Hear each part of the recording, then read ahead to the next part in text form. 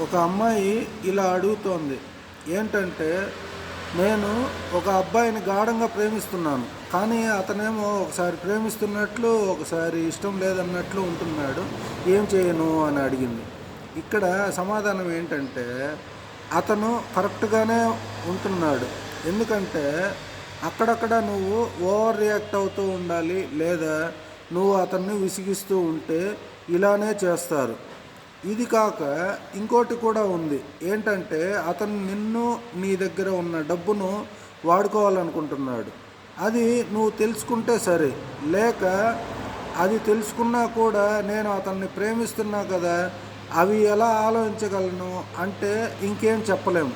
So నీకు నచ్చాడు, తను లేకుండా ఉండలేకుండాను అంటే అతను ఏం చేసినా పట్టించుకోకు, లేదా తను ఎలా ఉంటాడో అప్పుడు అడిగేసి, అప్పుడు నీకు క్లారిటీ వస్తుంది.